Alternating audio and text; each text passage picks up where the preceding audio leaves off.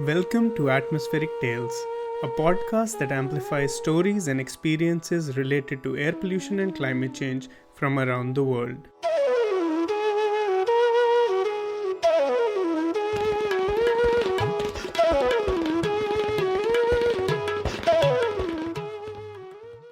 I'm your host Shazad Ghani, and welcome to another episode of Atmospheric Tales.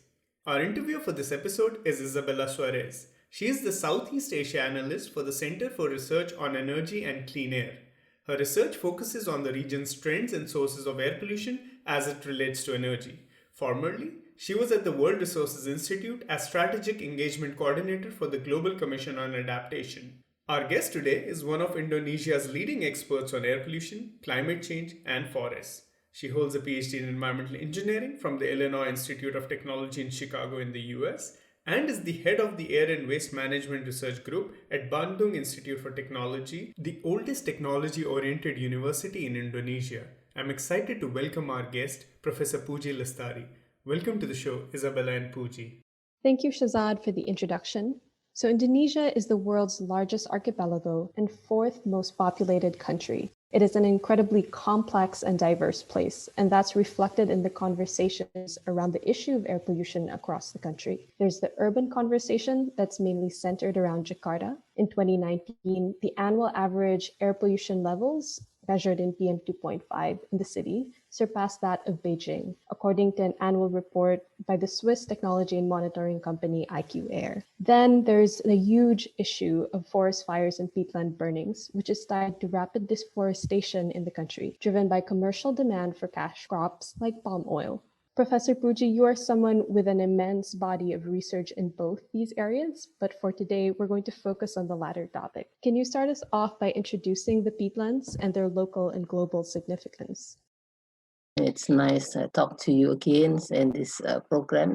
Indonesia has the fourth largest peatland in the world after Russia, Canada, and also the United States. And also Indonesia is the biggest tropical peatland in the world with the total area of 21 million hectares, and about 60% of it is located in Sumatra, Kalimantan, as well as in Papua. And we know that in Southeast Asia and also in Indonesia, the peatland area usually is dominant for the agriculture. And the common practice of the slash and burns methods is being used for land clearing in Indonesia because that's easy and also cheap and also very fast too. So that's why they do this slash and burns and causing the peat fire in Indonesia and also the Southeast Asia. And as we also know that the peatland preserve large carbon which has lasted for thousands of years. So when the destruction of peatland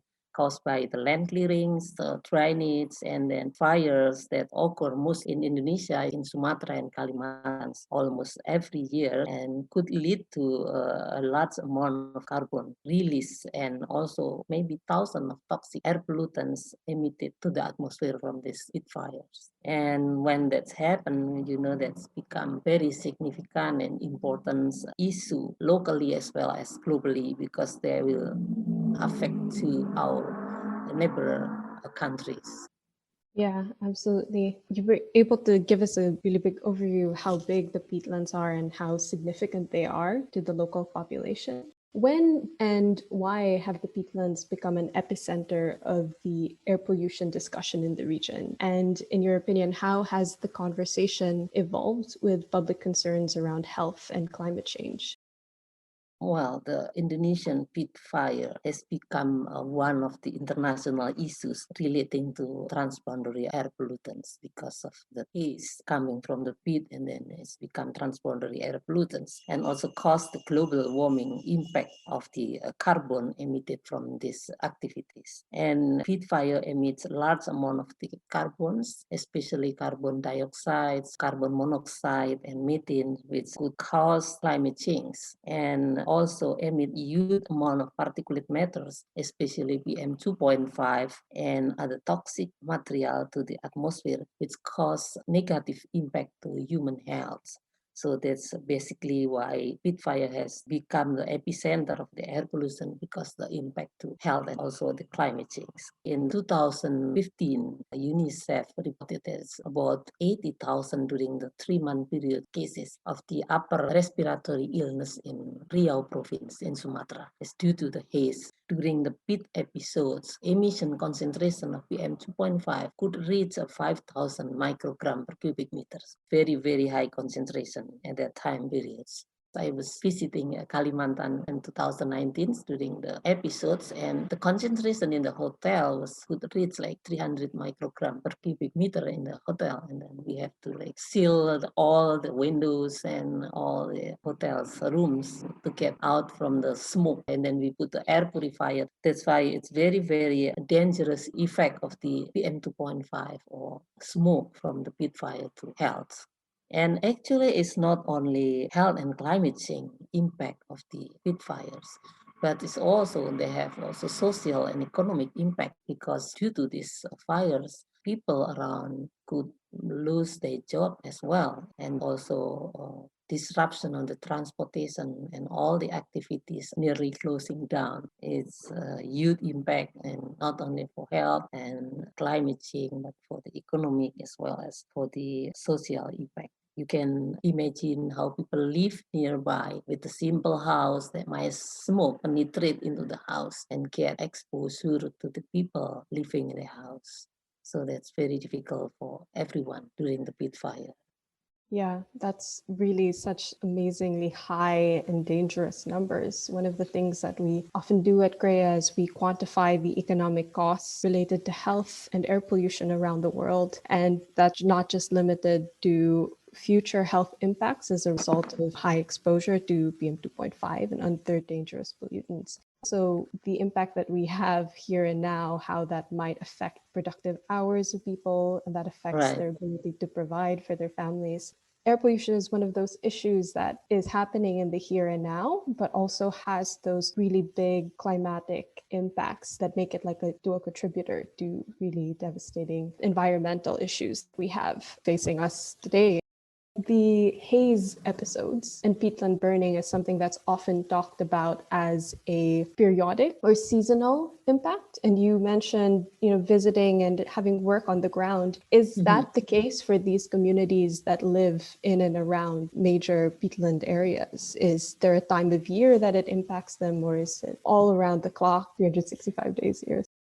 Yeah, no, it's usually it's seasonal. During the episode pit fire, maybe 3 months, like the dry seasons, like August, September, October is I think is the peak of the fire that's occur at the time because I was there and also have difficult time to stay. But while I see some people still moving around there, because maybe they feel that's already common for them to get exposed to the smoke during that period of episodes. Right now, for the regular days, I think we all came to Palangkaraya one day when they don't have the fire. I think it's the normal condition they have. But during that periods of the 3 months, they're really, really bad.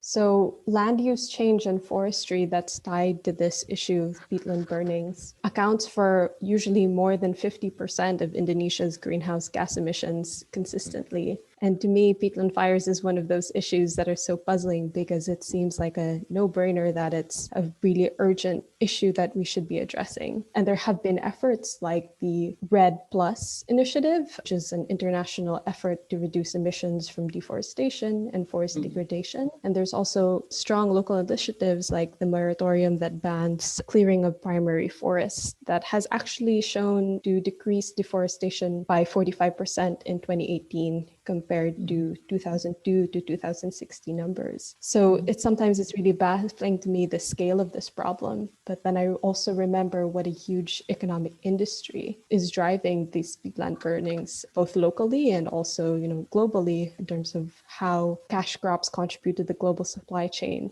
Indonesia is the world's largest palm oil producer, and the demand for the commodity has only increased over the years. So, what, in your opinion, is the biggest challenge in tackling this problem as it relates to the economy?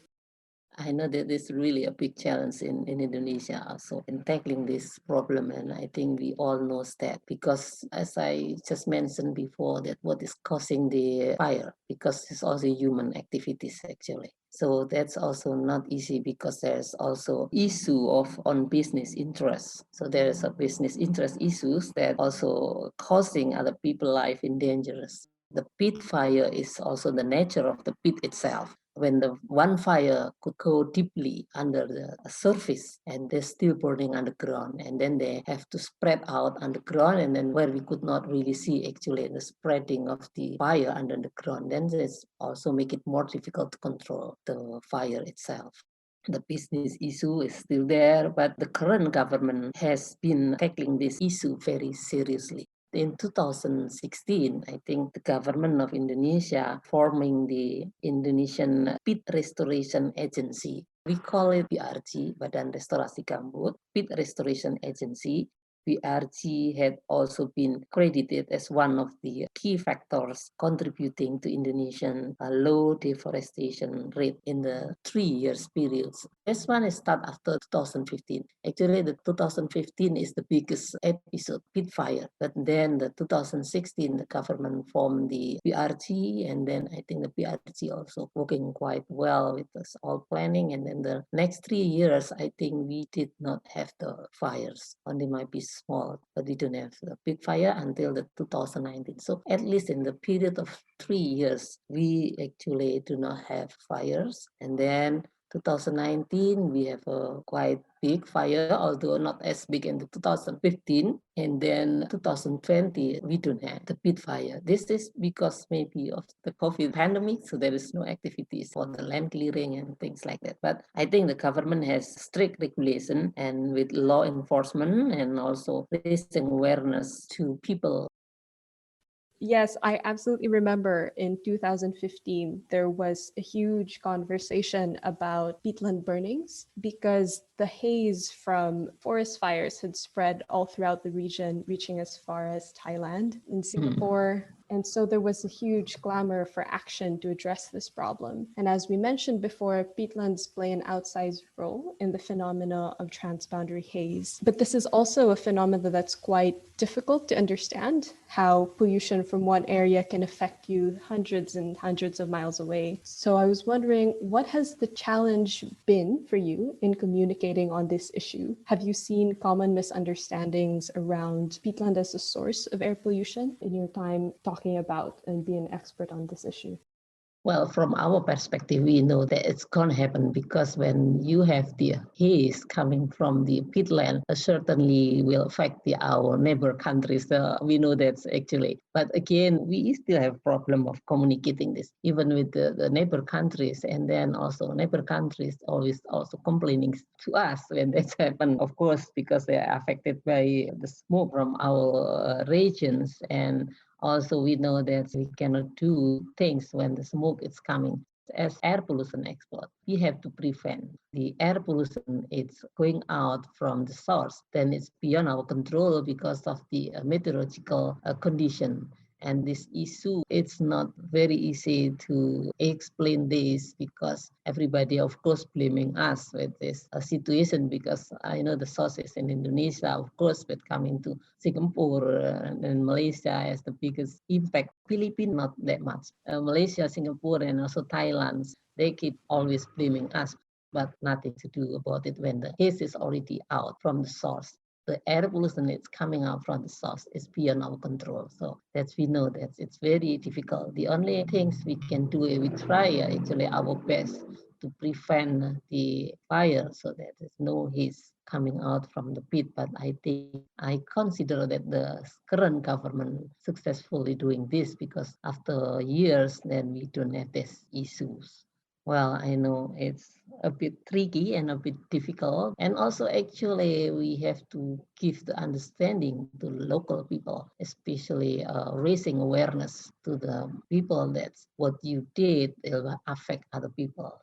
It's not only for yourself, but when you do the slash and burn, and it's not affected your area, it's not only affected yourself, but it's the whole area, the whole regions, and also cross the boundary. So That is also very important to give the awareness or raising awareness to the public as well. Yeah, that really resonates with me. Having to differentiate often from local sources of emissions and transboundary pollution. It's definitely a balance, and it requires an increased understanding of the local sources and also the transboundary sources, how that might be affected by seasons, La Nina, El Nino, and all of those things.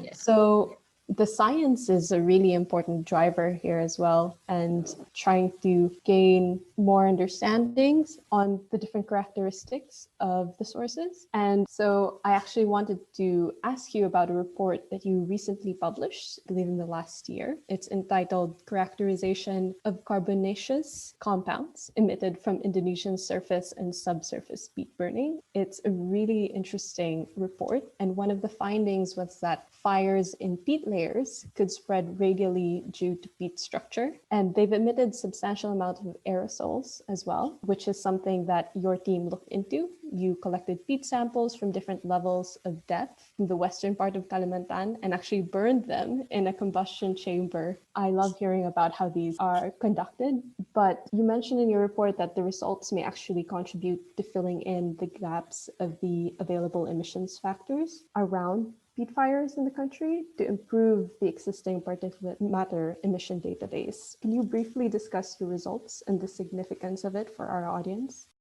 It's very important for us and also for, I think, for scientists, for other scientists, because this is why we also take it a different depth. It's like different surface and subsurface, because as I just mentioned, that when peat has different structures, they burn underground as well, and then they also spread and then to the other location, and we cannot see it's under the ground or below the surface. That's why, and we may think that different depth has different carbon contents of the peat, because also when you think about peat burning, it's not thinking about only how many area or hectares, but how deep is it also, because it's when you think about deep, that means also burning going down deeply underground or under the surface. And then that's why it's very important that we also doing the research and determining the emission factors for subsurface as well. Because when we found the surface and subsurface, there might be some difference. That's what I think. And we know that peatland fire is also a dominant source of the particulate matter, especially during the haze periods. As you mentioned earlier, that what the emission from the contribution from the peat fire and how important is the peat fire, especially in determining the total emission produced in Indonesia, because you just mentioned that the contributions from peat fire is also very big to the greenhouse gas. And one key factor to determine the carbon emission estimation from the peat fire is the emission factor. So that's why we try to always characterize different sources for the emission factor to fill the gap of the local emission factor, of course. And also beside that, the emission factor from peat fire, it's very important because there's not so many studies on this research because of difficulty. I think you have to go to the field during the peat fire is not very easy actually. And then also these emission factors, local emission factor, can be for the tropical. It's not only for Indonesian, but for other tropical peatland, I think, can use these emission factors to reduce the uncertainty and also could improve emission inventory locally as well as globally. So I think that's why it is very important on this research. And also, actually, when you mention about the organic carbon, why it is organic carbon is also very important. The PM 2.5 emitted from the plant has specific characteristic. It's different than PM 2.5 emitted from other source. PM 2.5 emitted from the peatland has high contents of organic carbon. That's why we also have OC in this emission factor, because about 70% of the PM 2.5 consists of organic carbon. So this is very important that our research could provide useful information to evaluate the contribution of the peatland fire aerosol to air quality, especially in Southeast Asia, of course. And also, we are now in 2019, as I just mentioned, we were there doing the measurement as well. And hopefully, we could publish a field work, emission factors, in near future. I think it's very soon because we also just finished completing the speciation of the PM 2.5 from the field work.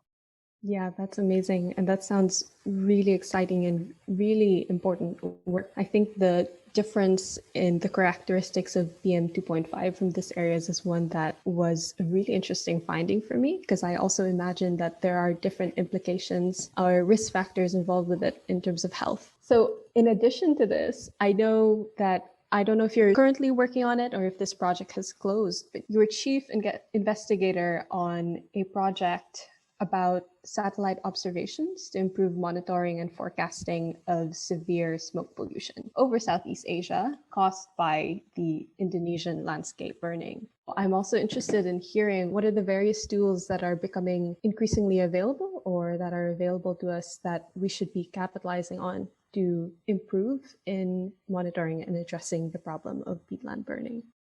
Yeah, I think that application is to improve and to make it easier because, going down measurings and doing the direct measurement is difficult. It's not easy. It's so many things that constraint of the direct measurement. So you're seeing the satellite data and you're seeing the prediction emission, but of course it's based on our work previously, then also could make it a better prediction in the future. So our work in collaboration with King College London was start in 2019, but in 2020 was pandemic, so we stopped at the moment. So hopefully when the pandemic is over, then we could continue the work on that issue. No, that sounds really important. Yeah, COVID has really disrupted a lot, and included in this I is know. important academic Yeah. research. So I think it's obvious to everyone that you've had a very long and accomplished career in this field. So I want to dive a little deeper into your own professional journey. So on your path, what first drew you to first academia and second to the air management issue? Yeah, when I took my PhD degree in the US, it was in 1993. So probably you was in the elementary school. I wasn't born yet. It's a long time ago. So when I took the degree in the US, the air pollution was still not a big problem. It was still not the issue in 1990s. It's still, even in Asia, also in Indonesia, it's still not a big problem. So when I came to the US for my PhD, and then the challenge in developing countries, and it's like in Asia, water and sanitation was still the main environmental problem. So it's not really air pollution at all at the time. When I was in the US and I looking at how people in the US working on air pollution, and also my professor working on the research project on the air pollution and how important is the air pollution and the impact to human health, then I'm thinking about maybe not now in Indonesia and Southeast Asia, but in the future there will be a problem, similar problem in the US. But it's also, and I realized that there's no expert at the time on the air pollution. So that's why I'm changing my mind. When I came, I was thinking to learn about the water and wastewater engineering, but then I changed my mind. So I have to take the air pollution because maybe when I come back, that the problem is starting. So that's why I work on air pollution subject in the US. And then also actually it was surprising me. And the time when I was doing the research, my professor told me that I am the first female PhD student working on air pollution for him. So he said that I have many students from Asia, there's no female student. So you are my first female PhD student working on the air pollution. So I was like, okay, and then it's very important to be expert on this area, and it will be very useful to the country as well. But then it's true at the times I think I travel a lot because of this work, also invitation because there's still not so many experts. And the time is on the Professor Kim and me actually traveling around to the US or nearly everywhere for the conference because of the work of air pollution, and there's still not so many people working on it, especially from the Asia or Southeast Asia. And actually, for me, being the academia is also very, very good for me because it's more flexible, and then it's more having time. You could do what you really want to do. That's also a good thing being the academia.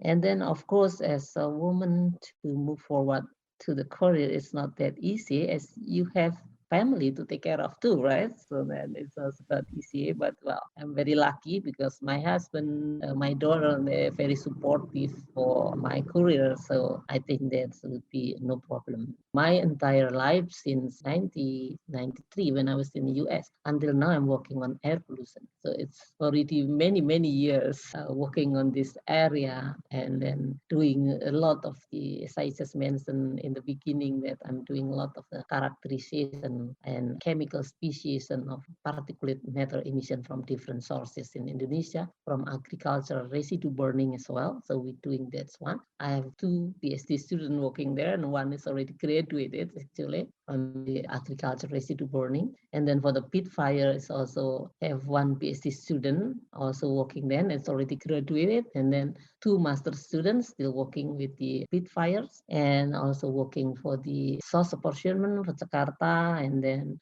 peat fire is only one source, but you still have many other sources for air pollution that we have also to tackle too. Not only the peat fire, but in the urban area like transport and then also industries, coal power plants, and still a lot of sources that we also need to work on. There's so much to unpack there. Yes, you can dedicate a whole episode into the major sources of air pollution in Indonesia and in the rest of the region, definitely. And there's also that aspect of being a female scientist at a time when it was a rarity. I think for me now, my hope is that the path that you and other female scientists and academic experts have blazed, it's not going to be as difficult of a decision for other young women in this field. Thank you for sharing that. We've discussed a very complex and huge problem. For you, throughout your career, what were the wins that you clearly remember as a female scientist and administrator, but also as a woman from the Global South? Well, what is the win? I think every work is winning for me because I always do my best in every project. So I always just try to dedicate it times and effort to every work and every projects, even in helping the national government in developing the emission standard for some industries as well. So we always doing that very seriously. I could not remember just specific win, but I think everything is win for me because every work I do, every work if I commit to do, then I have to do it very seriously and then also have to do it very successfully. So once I'm doing things, then I have to be successful in this project or in this work. So that's why all things I think it's winning for me. That outlook definitely explains a lot. Thank you so much, Professor Pucci, for having this conversation with me about your own personal journey, but also the story of peatlands in Indonesia. Well, thank you also, Isabel, for being with me, and it's nice to talk to you too for this program today. With that, I would like to thank our guest, Professor Puji Listari, and our interviewer, Isabella Suarez, for joining us on this episode of Atmospheric Tales. Thanks to all our listeners for tuning in. Make sure to subscribe and share.